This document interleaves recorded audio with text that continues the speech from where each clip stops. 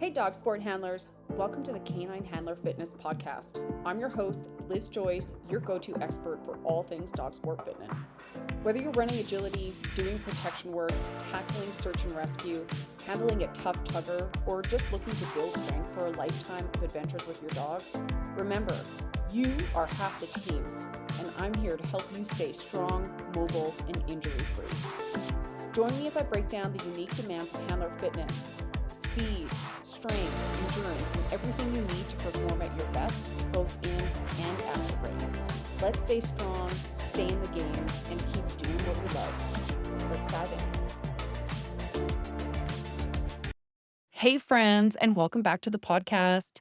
I am Liz Joyce, and in celebration of my amazing students reaching 60,000 workouts last year alone on my fitness app. 60,000. We're doing a massive giveaway. And today we're going to be talking about where Canine Handler Fitness even started.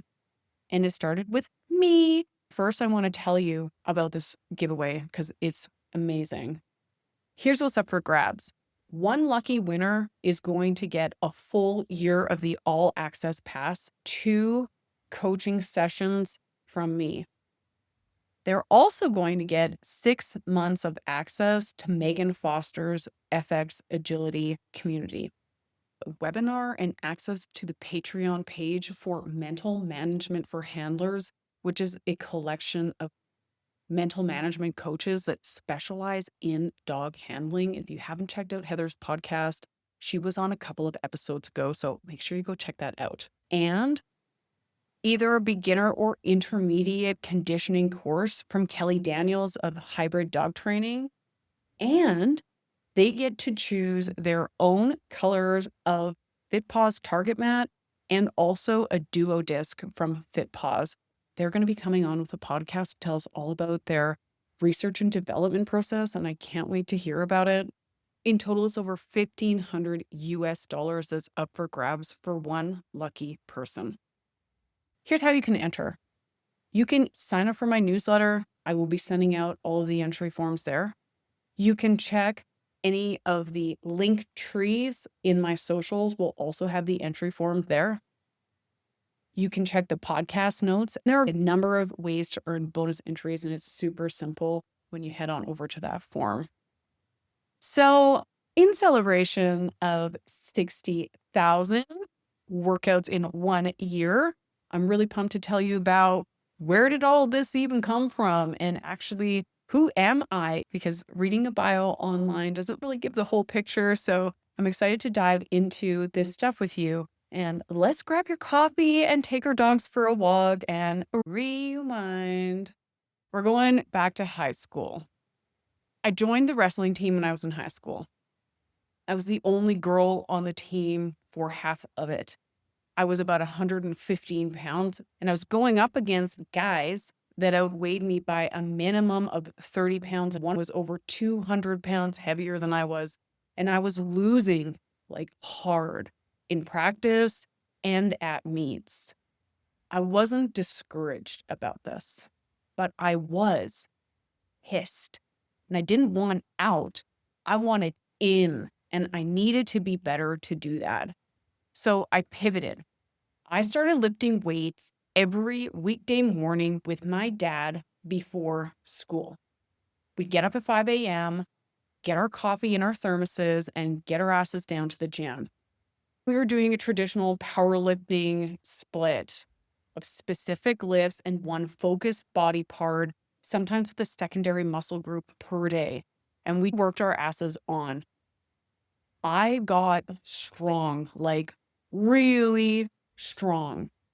I also want a side note here because this was a really important and pivotal time for me, and it shaped a lot of how I interact with clients and how I coach. I was very uncomfortable in the gym, but because my dad was there to support me and shield me from uncomfortable conversations and hold space for me, I kept going. And I learned that having someone hold space for me in uncomfortable situations was critical to me growing. And I think about this a lot when I'm working with my clients. And It's my goal always to be that person for someone else, to hold space for them, to allow them to grow in a bubble of support. It changed my life and it changes a lot of people's lives. And I love what I do for that reason. While we were lifting weights, I got invited to join the Canadian national powerlifting team, and I won nationals a few times, and I even won worlds once. And what happened with my wrestling during this time is that I found my fight. Literally, I was battling heavy stuff, lifting weights, overcoming serious challenges with my body in the gym every day. And there's a certain kind of grit that's developed when you do this over and over again. I wasn't there for a light sportsmanlike experience, y'all. I went in fighting and I had the strength to move my opponents around. And I went from being last place for a full year, okay? Last place. There were dozens of people entered in my weight class and I was last. I went to winning provincials both as an individual and as a team. Women started approaching me in the gym asking if I could train them, and I did. I trained anyone who would ask, and I loved it. I meet them after work with their programs and show them how to use the equipment, how to use their bodies, and help them live in bodies that they enjoyed. I was working full-time as a millwright. This is not cabinetry. When people hear millwright, they think about mills and woodwork. These are stationary mechanics, and they work on things like oil rigs, portable fracking units, in factories. They're a jack of all trades, and that's what I did. I was welding, doing electrical, hydraulics, and troubleshooting systems during the day. The job was loud, physical, and it was a hard hat, steel toe boots, big machinery kind of world. And while I was good at it, I felt like I was wasting my time. And not literally like the time of the day, but my time as in my time here on earth. So all day at work, I'd be doing my thing, and then I'd clock out and go train people in the evenings. And that's when I really felt like me. And at the time, the movement I knew best was powerlifting. Big lifts, heavy weight, and with my feet firmly planted on the ground.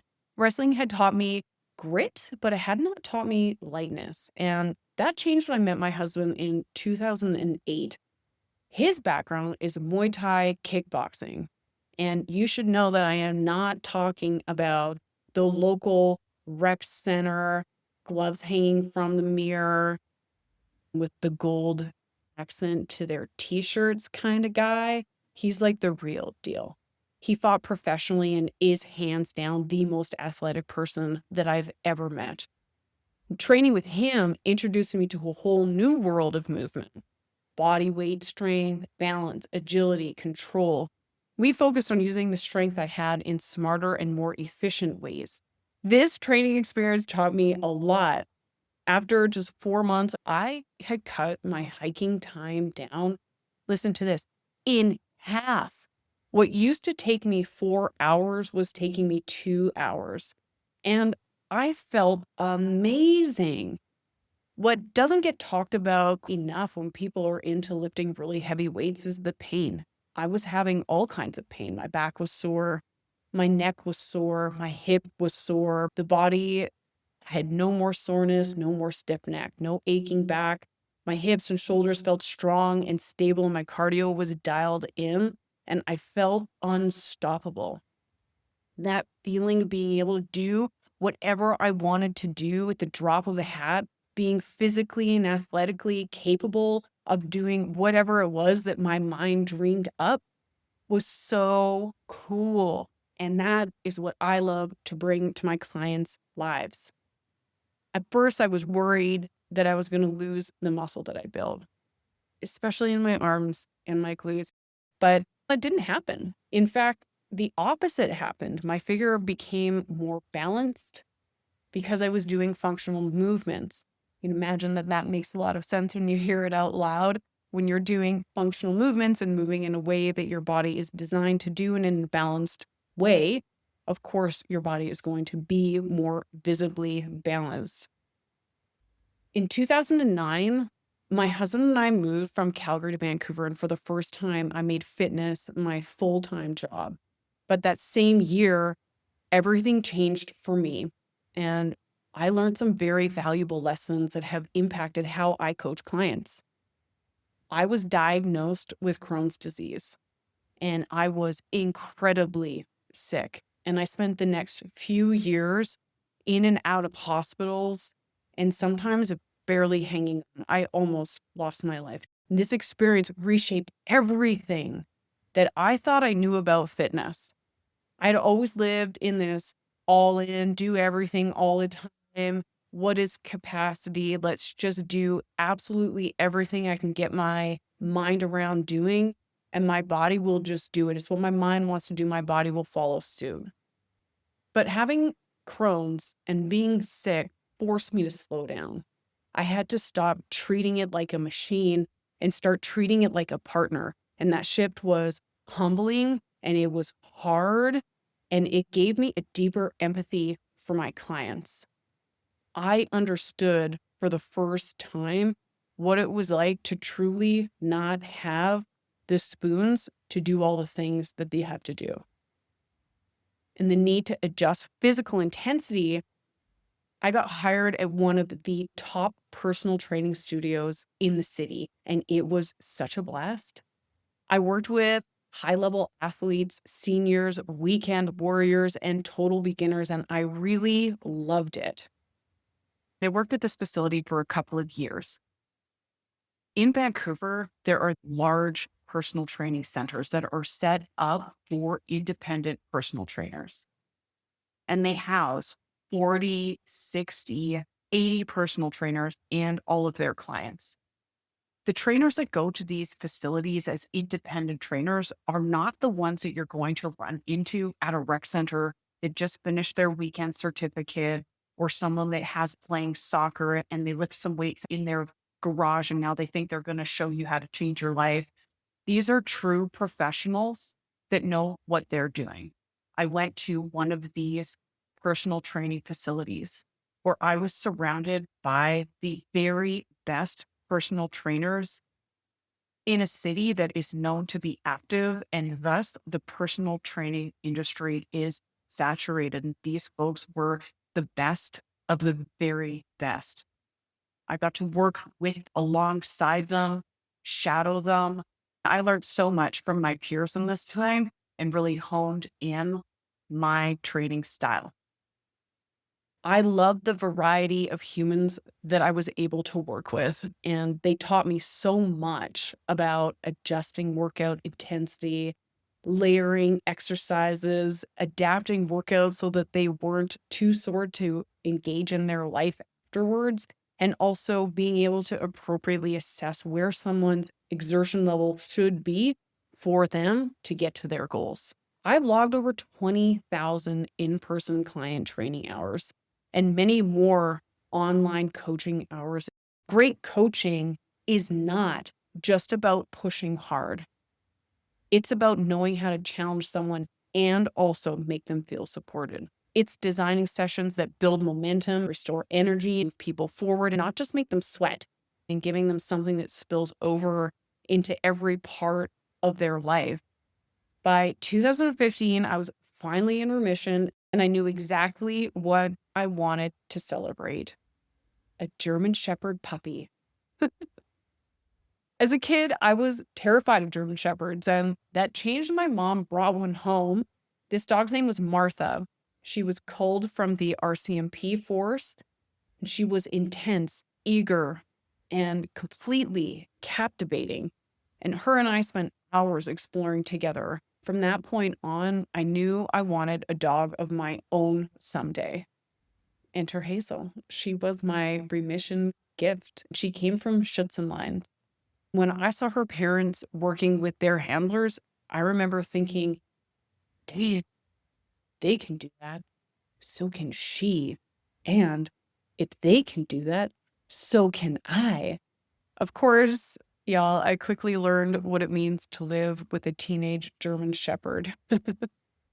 And I threw myself into training. I found the best local trainers that I could. I stuck to them like glue and absorbed everything that I could. And along the way, I made some incredible friends, and many of them became clients. Agility handlers, IGP handlers, and helpers, nose work, and obedience folks. And I studied their sports, trained their bodies, and it was a really, really cool time. They'd come to me with sport-specific injuries or movement issues, and I'd adapt what I knew to meet these needs. And over again, we'd tweak and test until we got it just right.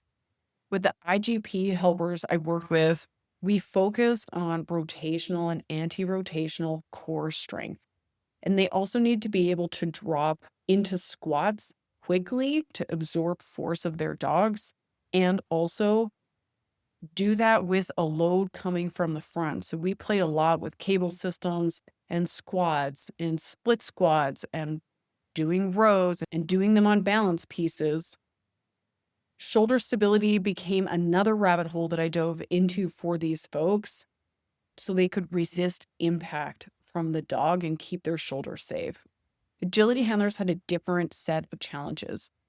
These women primarily were very active people. They walked their dogs all the time. They did agility a couple times a week. They trialed regularly. And for them, they thought that they had a really good fitness routine that was dialed in. There is a huge difference between having an active lifestyle and being fit for the sport demands that your dog sport's asking of you. And the women who came to work with me were struggling with deceleration, direction changes, and sustaining their speed and control throughout a run. Most of them had good forward moving power, but their eccentric strength was underdeveloped. And that lack of control was costing them time and creating injuries and making obstacles harder to execute. We worked a lot on single leg strength. We worked a lot on the control when they're lowering from these different positions. We worked a lot on, again, rotational and anti-rotational core stuff, brought into play more thoracic or rib cage mobility so they could connect with their dog with more ease. And all that stuff worked super well. We also played a lot with bladder drills and doing other footwork in the gym that would help them have lighter footwork when they were on course. I kept hearing the same story. My dog this, my dog that, my dog's so amazing. And I think to myself, you are too. Dog handlers are some of the most passionate, persistent, and dedicated people I've ever met. But they're also some of the worst at prioritizing themselves. And I get it. After a long day of work, leaving your dog's smiling face to go train yourself for an hour can feel and be impossible. And missing a morning walk to squeeze in a workout can be so guilt-ridden, it's not even worth doing. This is one of the reasons that I'm such a huge advocate for home-based training. For a lot of handlers, it gives a much better balance, more face time with the dog, and you get time to take care of yourself. Then COVID happened and the world shut down. And I started sharing simple workout videos on my Facebook profile. I was in this place where I was feeling like, dang, there's got to be something that I can do to help the people that I know. For me, when life gets hard, I always lean heavy into my workouts. Having that consistent injection of endorphins, that routine, that system in place when everything else feels chaotic has always kept me on the balance. And I was hopeful that I'd be able to give that to other people too. Shade Whitesell, she's become a good friend of mine. And she reached out saying that she would want to do that kind of thing. And she was the first person that I coached online. And that started in March or April of 2020. And that's really where Canine Handler Fitness started. Next week, I'll share what happened after CHF launched, what I've learned, where it's going, and how we keep building this together. And I will see you then. Thanks so much for being here with me today and choosing to spend this time investing in yourself. I hope you feel encouraged to take action. Even the smallest steps forward will add up in ways you cannot even imagine yet. If this episode gave you something to think about or lifted you up, please share it with a friend. You really never know who might need these tools today.